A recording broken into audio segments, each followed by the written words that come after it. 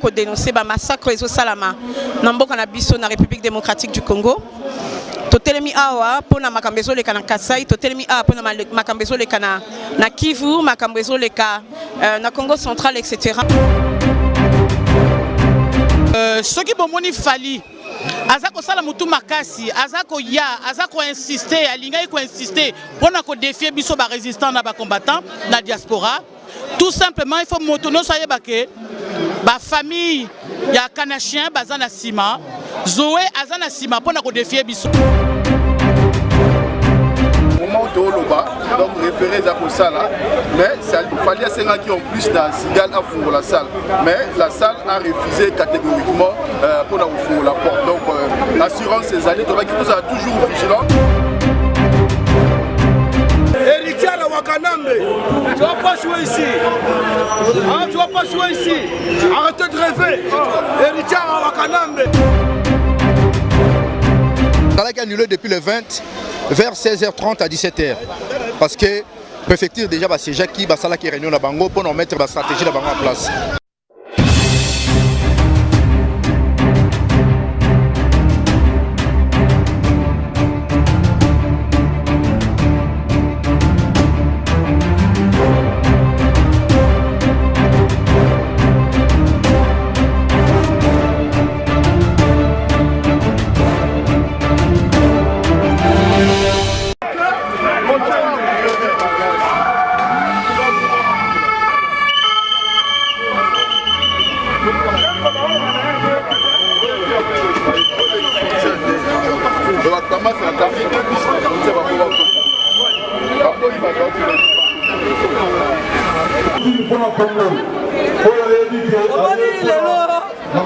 balobaki trop bacombatant bagalérien basala eloko te baoya manif moninga nauti mosala saki nanga bilamba nanga mosala yango mais soki nayewa naye mpona mboka ata soki bolobi bofingi biso bacombatant esa eloko te nyonso kaka mpo tolingaka nini zaire omoninga kuna osepela mboka na fesonga zaire depuis tozonga congo yango wana tokomona baproblème ata balobi po tozonga zaire mboka ata bolobi concert eza te victoire na biso nde yango wana susi na biso ezalaki lelo concert ebetama te mpe concert omoni yo mikwape loko yo ozotya tembe mikwape omoni matokolo wana tokanelaka tuna bajibe bafali bakompone makambo yo nde omoni maladi no wana jour wana ekobima ingeta biso tokanelaka production na date na salle tokanelaka mutu te binemi na biso kaka bango wana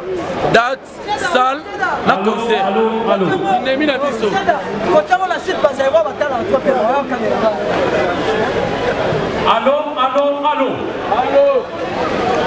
Peuple congolais, bandeko, biso nyonso toyebi eloko toye kosala awa. Tosengi na bandeko nyonso, moi, malili, mbula, ebetela biso boya tosangana awa. Tokima na biyo te, moi ekoleka nango, boya totelema awa. Comme ça, tout passer ma message. Normalement, il va bloquer les moyens. Bandeko Congolais, Botika Kokima Moi, na Kisasa, na RDC, tomesana déjà na Moi. Moi oyo. Toyaki Sidi, Toyaki Map, Toyaki Map. Soki toyaki manifestation, biso nyonso tozalesika bongo.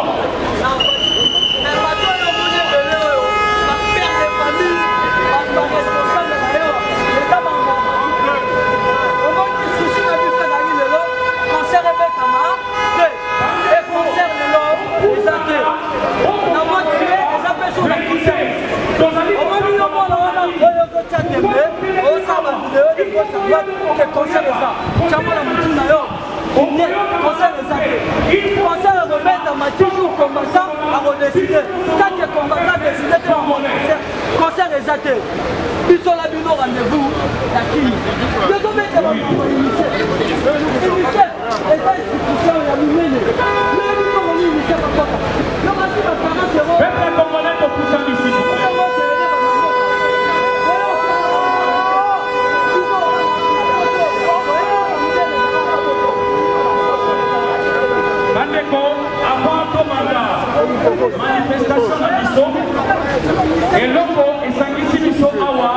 ezali individualité, ezali parti politique, ezali mouvement pété, ezali Congo. C'est la République démocratique du Congo. Autobéi République Zaïre. Yamotu, ezali Simiso Nakatia et Sika Oyo.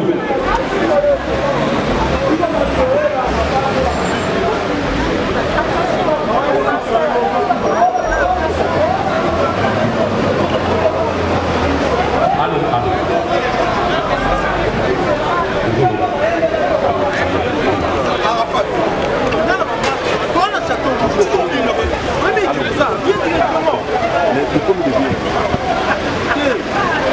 allô.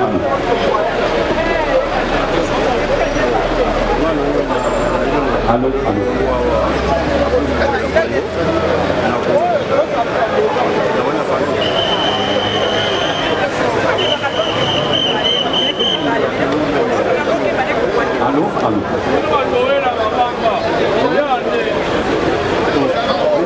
Allô, allô.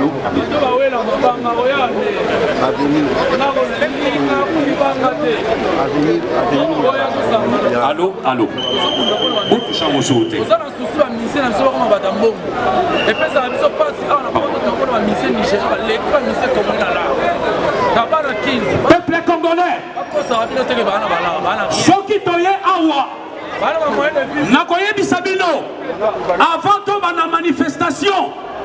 Batu yaka adverse. Batu autre empêché bango babeta concert. Batindi batu na bango baza awa. Et loko liboso tokoloba. Soki mutu aye awa pour asala désordre. Bande ko sécurité na biso tout et ça ko dépendre na biso. Oya yebi ayaki awa ko sala désordre. Un, c'est mieux azonga et pas naye. De deux, oya ko sala désordre. C'est mieux to kopesa na maboko ya mbila alungwe na kati ya manifestation. Et là ko nini ezali ko le peuple congolais.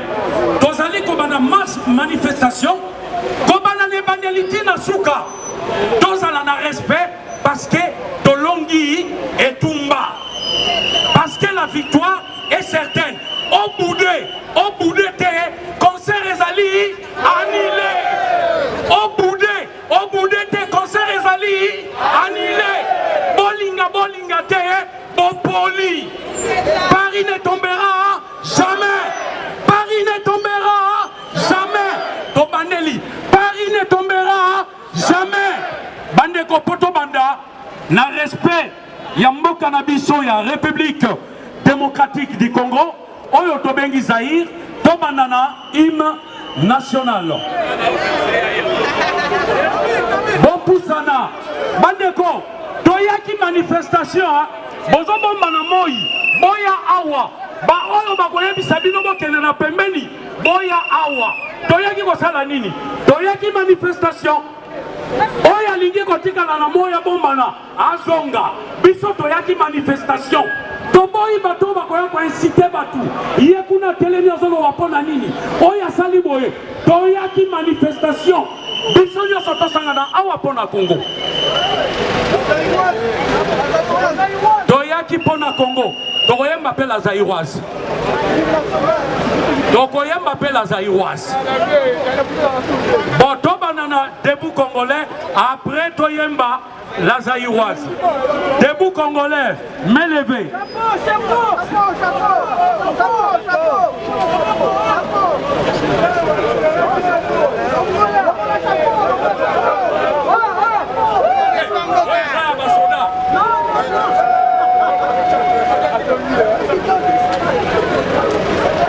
Biso tutoyemba debout congolais unis par les sorts unis dans l'effort pour l'indépendance de son enfant longtemps courbé et pour des bons prenons le plus bel élan dans la paix au peuple ardent parler la paix nous bâtirons un pays plus beau qu'avant dans la paix citoyen entonné l'hymne sacré de votre solidarité fièrement saluer l'emblème d'ordre et votre souveraineté.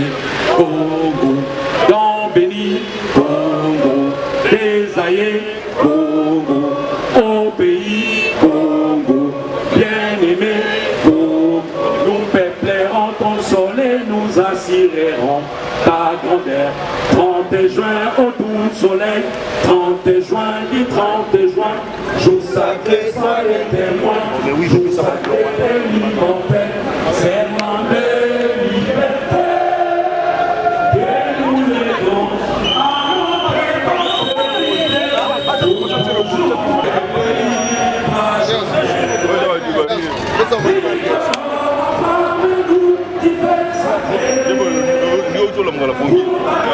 Et toi, tu sors pas avec nous. Héritier à Wakanambe, tu vas pas jouer ici. Hein, tu vas pas jouer ici. Arrêtez de rêver. Héritier à Wakanambe, tu es un petit morceau de rien du tout. On va s'en charger de toi. Les gens Mibali, au moins, il va se faire Mibali. On va balader ma t-shirt noir. On va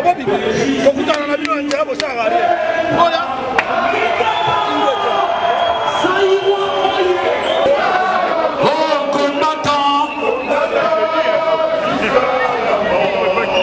je serai combattant jusqu'à résistant.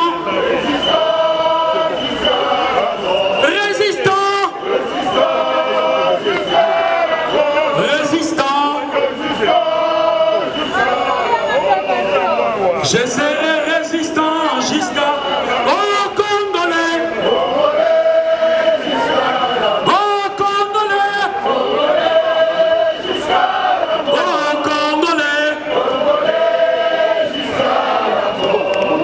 Je serai Congolais jusqu'à patriote, jusqu'à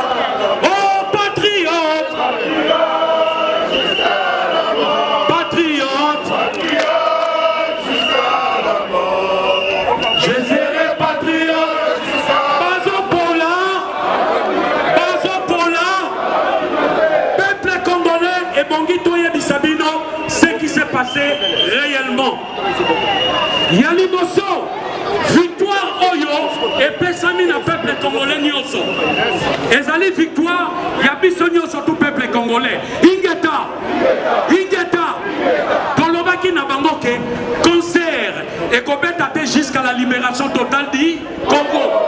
Concert et Kotika la Kobeta jusqu'à la libération totale du Bandeko, Babengi Saki, effectivement, Biso, patriote congolais.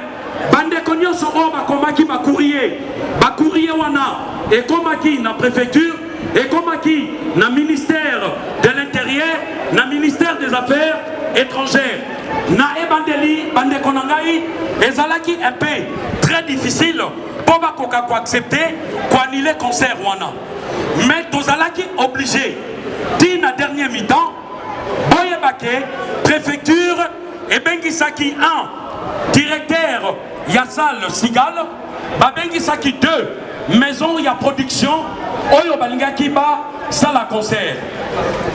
Bayaki pe finalement Kobengisa Biso, patriote congolais, Tozalaki pe kuna nakati, na yemoko préfet, na état-major, na bambila Oyo Bomoni, Biso Toyebi.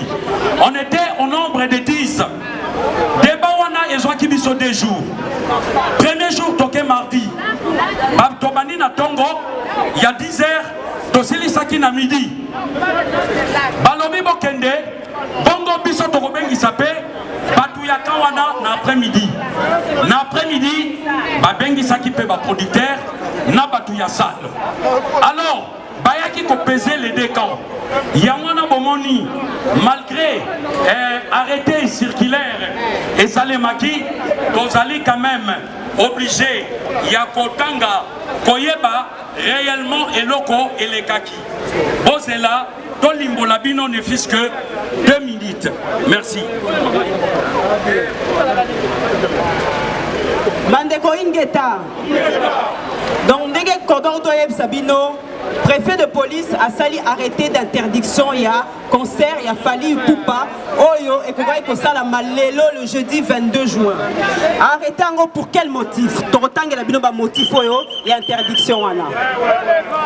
Alors vu mon courrier donc c'est-à-dire courrier Oyo préfet à adresser à Kina directeur Yassigal. Vu mon courrier du 20 juin 2017 par lequel j'ai informé le directeur général de l'entreprise, la Sigal SA, des raisons pour lesquelles j'envisageais d'interdire le concert de l'artiste congolais Fally Ipupa, programmé le jeudi 22 juin prochain à 20h à la Sigal. Vu la réunion qui s'est tenue le 20 juin dans les services de la direction de l'ordre public et de la circulation, au cours desquels les responsables de la salle, la Sigal et la production du concert de l'artiste congolais Fally Ipupa ont été informés des risques de troubles graves à l'ordre public que ce concert était susceptible de générer.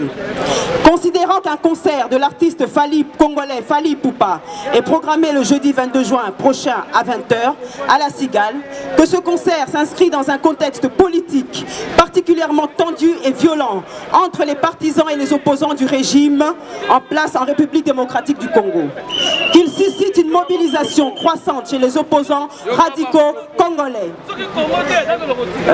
qui ont été déposées plusieurs déclarations de manifestation pour le 22 juin aux abords de la salle du spectacle, avec l'intention d'en découdre avec les spectateurs du concert, de créer des désordres à l'intérieur et à l'extérieur de la salle et de s'en prendre à l'artiste.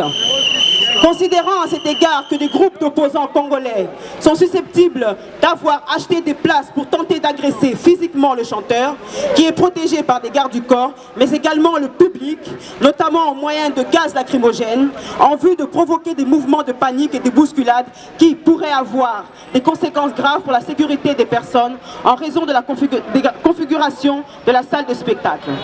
Considérant dès lors que ce concert présente des risques graves de troubles à l'ordre public, d'atteinte à la sécurité des spectateurs, qu'il convient par des mesures adaptées. L'arrêté suit. Article 1er, le concert de l'artiste congolais Fally Ipupa, programmé le jeudi 22 juin 2017 à 20h à la Cigale, est interdit.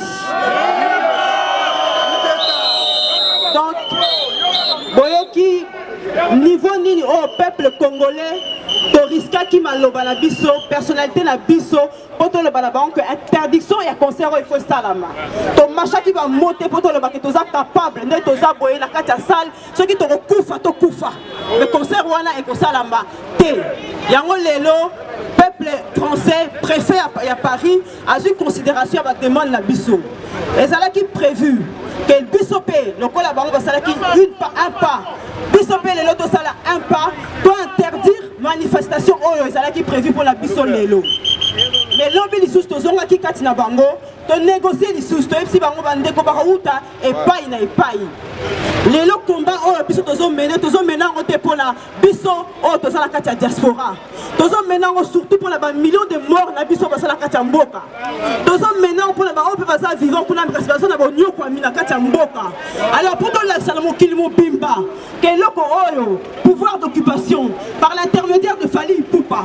Balinga qui va sala lelo. On va tamba likola bibembe na biso. Et que ça la mité, il faut tous alana balabala. Yango momoni ba autoriser biso tous ala lelo awa. Mais to kotambola te, to kozala awa ti 19h, momoni force de police et ti va voiture pour la souka, to la droite to stationner la balabala mobimba ti 19h. Donc congolais to lembate. Ba ora so benga bino manifestation ezali. Il faut donc l'accès à la population mobimba que rapport de force to créer. To créaka la 2013 avec le concert de JB Piana. Nous avons plus de 13 000 Congolais là-bas là. To tamboulaka est belé. Les autres s'allient un peu moins. Mais vous voyez que la situation, il y a JB à l'époque, et ça qui est plus facile à négocier. Les lots, ils allaient plus difficiles. Donc on a deuxième concert le 15 juillet. Alors Congolais, tu les battu. Donc tout ces pays-là, tu gagnes bataille, mais tu gagnes une victoire dans la totalité. Donc Tumba est silité. Tu continues qu'au Bunda, tu continues qu'au rassembler. Tu y a ébélé, quelle que soit ma croyance dans la religieuse, quelle que soit ma tendance dans la politique. Ma belé ou ils allaient à biso. Peu côté qu'elle est à biso, faut te bundela ngoti na suka. Ingeta. Ingeta. Bande kobo qui message ndenge leki ezala ki bitumba. Nous nous avons passé 48 heures dans la discussion. Le mardi, toute la matinée. Et puis l'après-midi, il y a hier, on va jouer la décision. Au moment où il fallait encore ici recours d'un tribunal administratif, parce qu'il référé administratif, de manière à sorte que votre état urgente contestation, il y a arrêté préfectoral. Mais, si on a l'idée de continuer au et au moment où nous sommes au la salle a décidé, il y a copé, ça est toujours accepté. Même ceux qui, à niveau, il y a référé administratif, il y a autre côté qui s'arrive, on va la référer, a gagné, salle, cigale et copé, ça est autorisation T. Ça veut dire quoi de l'économie? Et lui, on va de mobilisation et civilité. Et puis tout le monde, toujours qu'on a les lots, on va des zones et l'équipe France. Parce qu'au moment où il y a eu des frères, quand on a soit en Belgique, on a dit pour lui, ça zone qui frontière les lots pour empêcher les courants de gauche à droite à traverser. Parce qu'il y a besoin qui va sérieux. Besoin qui va revendication sérieux. Il y a tout un bus de ma compatriote qu'on va bloquer à la frontière et continuer. Ça veut dire quoi de Konangaï? Mais tout le monde doit aller juste. Mais tout le monde doit dire qu'on Ensuite, il y a Koyeba Magambo Ezako de Kanambo Anabiso. Comment nous sommes occupés? Comment nous sommes occupés? Comment Ndengenini Basopo Mabandegona Biso? Comment politique extérieure ya Bamboka Oyo na Bamboka ya voisin ya République démocratique du Congo bazali copier pe koboma ba Congolais. À partir ya décision Oyo tokanga miziki na kanisi monde entier tango bayoki ke ba Congolais babinaka lisusu te batuni pourquoi babinaka lisusu te. Et tant que peuple et communauté internationale est unie, pourquoi Babina Raté Balobi, ça ne va pas dans leur pays. Qu'est-ce qui se passe dans leur pays?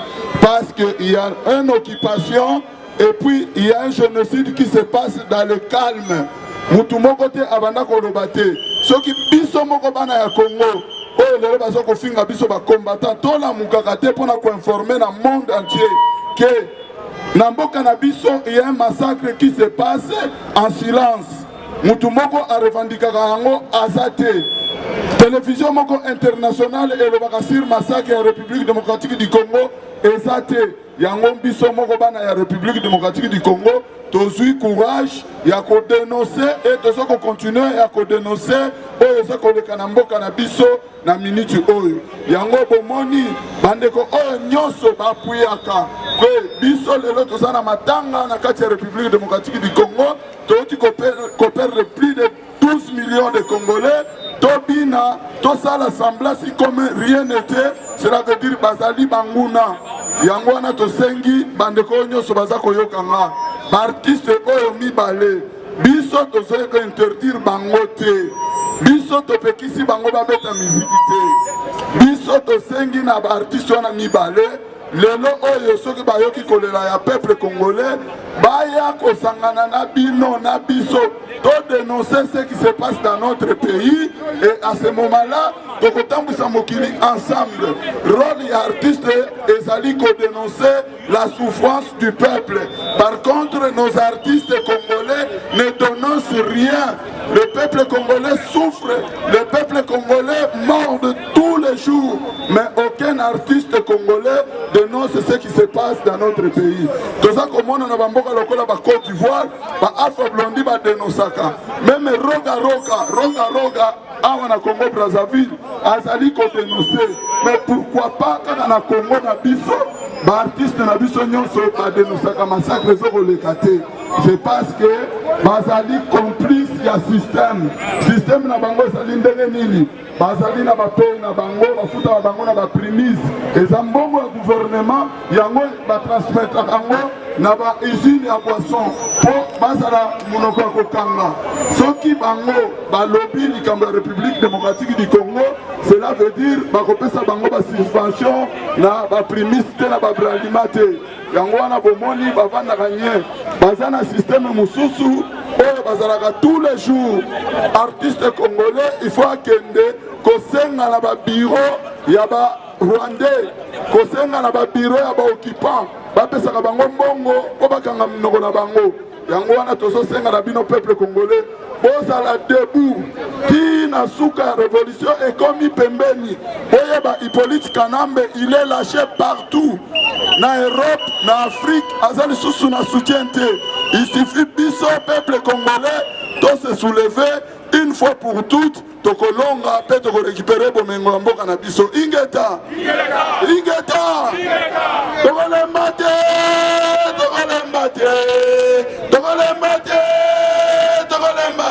ata babomi biso tokolemba te ata babomi biso tokolemba te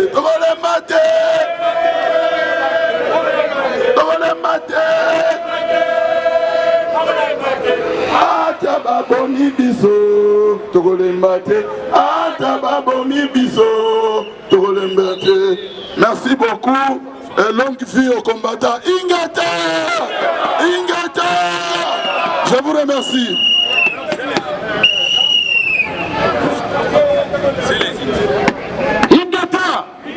Ingata peuple congolais.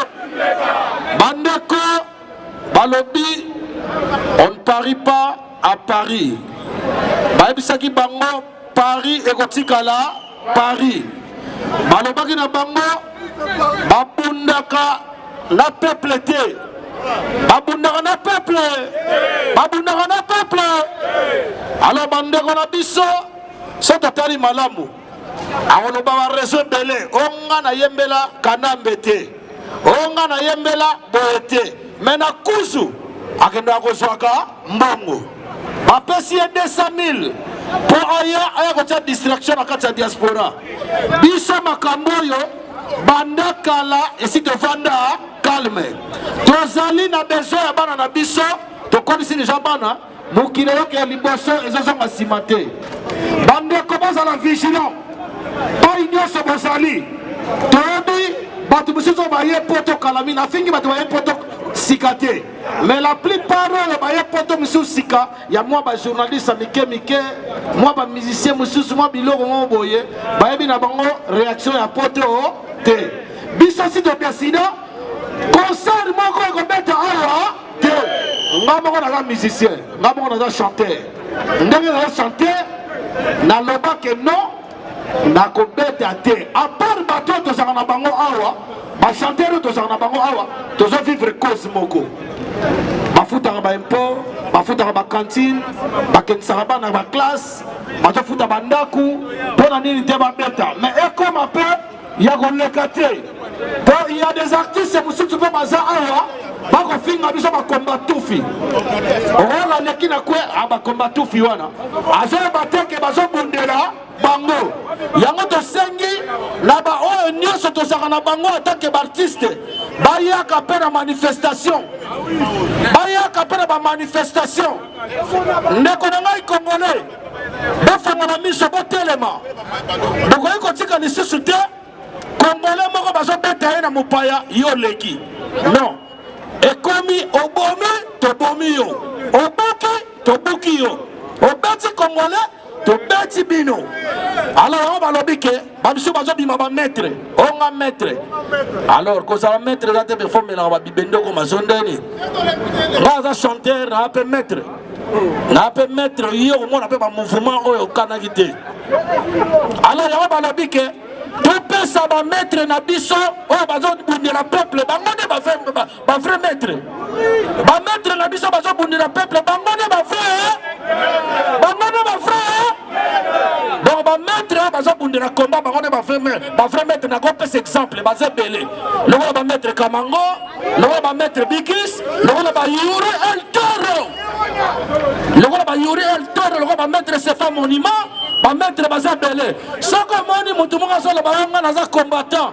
Na combattant ba bazoboya musique ebeta mpona nini? Oza combattant te. Et puis peuple congolais là on a yebisa bino. Chef ya combattant azate. Chef ya combattant azate. Ba parti aza belé biloko aza belé. Mais na cause na biso soto na cause to kutanaka biso no sotika. Tolongo na ennemi to tia na pembeni. Tolongo la ba divergence na biso to tia na pembeni. Soki tozali la cause Kabila dégage. Kabila Yangata yango balobi loko tozali awa lelo na ba maître na ba artiste engagé na mutu nyonso alinga loba akoloba organisation na désordre te ya on a suki wana tokokena bango tina suka bokeba na bato bazofinga kombatufi okutani nanga na nzela okutani na diable ingata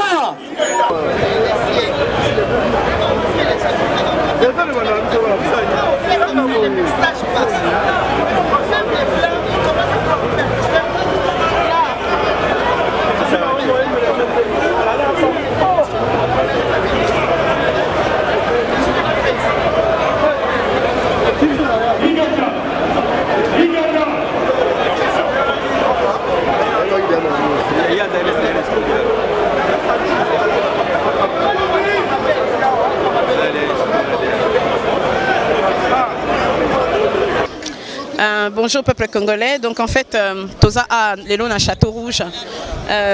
Ndenge qui prévu. Toye awa pour tout continuer à dénoncer le massacre et salama. Namboka na biso na République démocratique du Congo. Totelemi awa pour na makambezo leka na Kasai, totelemi awa pour na makambezo leka na Kivu, makambezo leka na Congo central, etc. Toza awa pour na dénoncer mauvaise gouvernance au ezo salama na RDC parce que tolingi déjà que alias Joseph Kabila a kende. Les lots, il fallait tout ça la marche, mais police a décidé que non, finalement, il y a la sitting, tout simplement parce qu'apparemment, selon les rumeurs, lobby mécaïque au bouc à cigale ou autre chose. Donc, pour limiter les dégâts, pour éviter le mouvement de foule, lobby n'a biso que to telema awa, il y a un bomoni to sali sitting awa pour na RDC. Donc, on est toujours là. Le concert de Fally Ipupa a été annulé. Biso toza awa, concert ou pas concert, biso fallait to telema to tambola pour na mboka na biso, pour na dénoncer makambezo leka na mboka na biso. Mbote papa Papigen, merci beaucoup. Na dongo pesi na micro. Lingai kolobake voilà toye awa pour na ndenge makambo ya concert ya Fally pour na contester. Et pour na koyebisa peuple congolais nyonso ke soki bomoni Fally azako sala mutu makasi azako insister alingai ko insister pona ko défier biso ba résistants na ba combattants na diaspora. Tout simplement il faut motono soyez baké ba famille ya kanachien bazana sima Zoé azana sima pona ko défier biso comme ba koki biso te dans tout na makamelo surtout ba koki biso te voilà sikoyo ba ye pona ko défier biso na côté ya musique yango wana tolobi ke musique e ko beta te nazaki mutu aliboso ya ko sala vidéo ya kolobake papi gen que musique e ko beta te awa que Fally azo jouer na carrière na ye et ayeba ke lokwa ya défier ki biso même si préfecture annulée, c'est-à-dire carrière naïe et sili ayeba ke biso ba résistant to rozwa mboka wana parce que za biso et que carrière naïe akobeta ka esika mokote akobeta ka nulle part yango wana donc to linga to yebisa ke voilà tozali awa toye na marche voilà ba désordre wana to moni ali passe mingi pona ba congolais au fait c'est-à-dire que mutu moko à chaque fois yesu ka yé na marche za la cas désordre kaka aye ezali papi volcan donc natanga kombo ezali papi volcan aye matiba pesa ye micro baninga baboyi voilà pourquoi a sali trouble baninga balobi te yo ko zwa micro te nde trouble wana salaki juste papi volcan ti allez ba pesi micro alobi bêtise allez ba kitisi ye voilà tina yango wana o mona ki ba trouble wana. OK bon, manifestation a été annulée depuis le lobby, mais on a qui informé et ils ont été annulés depuis le 20 vers 16h30 à 17h. Parce que la préfecture déjà c'est Jackie Basala qui réunion la bango pour nous mettre la stratégie la bango en place. Mais combat la vie se continue toujours. Annulation à concert aux attaques que non totiki musu soit là parce que bato on a pas changer la stratégie. To ebele oni ba ça na c'est biso peut continuer toujours mobilisation. Bande koso to sala boyer parce que mboka en danger. Zoé a bombani na sima biloko. Bato bele bazoé baté. Petit Fally sur les concert humanitaire tant que Congolais baboy il fallait katika. Mais tant que s'entêter, cela veut dire qu'il y a quelque chose qui se cache derrière. Et on est continuer toujours à mobiliser les Congolais pour un danger de Salma Lakata Mboka Labiso. Merci. Congolais, nous sommes au château où j'étais le Baki, concert à Fally Zate. Il fallait en compte ça recours à référé d'un tribunal pour la casser arrêté préfectoral. Donc au moment où le bas, donc référé à ça là, mais il fallait 5 ans qui ont plus dans Sigal à foutre la salle. Mais la salle a refusé catégoriquement pour la porte. Donc la assurance ezali tobaki kozala toujours vigilant bitumba nano esili te tokanga victoire nanu te donc toza na kati ya château rouge toza na kati ya terrain nde tolobaki mobilisation toujours ezali et nous on est là pour aider Congo. Donc deuxième information, elle dit que développer la niveau frontière en France, la Belgique, pour ça va deux bus, police à frontière à bloquer pour traverser la France. Pourquoi? Parce que ça va alerte que il y a eu un groupe qui sont contrôlé, tout ça. Donc voilà. Donc en gros, un message donc arrêté préfectoral et annuler le concert. Il fallait à côté référer, mais référer naïe. Bon, donc voilà le tribunal, donc forcément, bon, réponse de Goya, mais la salle a dit non, donc on s'est les assoultés qu'on a fallu. On a tout pour héritier parce qu'on n'a pas encore reçu l'interdiction à héritier, donc voilà, tout en vigilance. Il fallait prévu encore le 28 juillet avec un concert en Belgique, donc la vigilance toujours, donc Goya Goya dans Château Rouge, pour rejoindre des missions pour la mobilisation, Ingeta.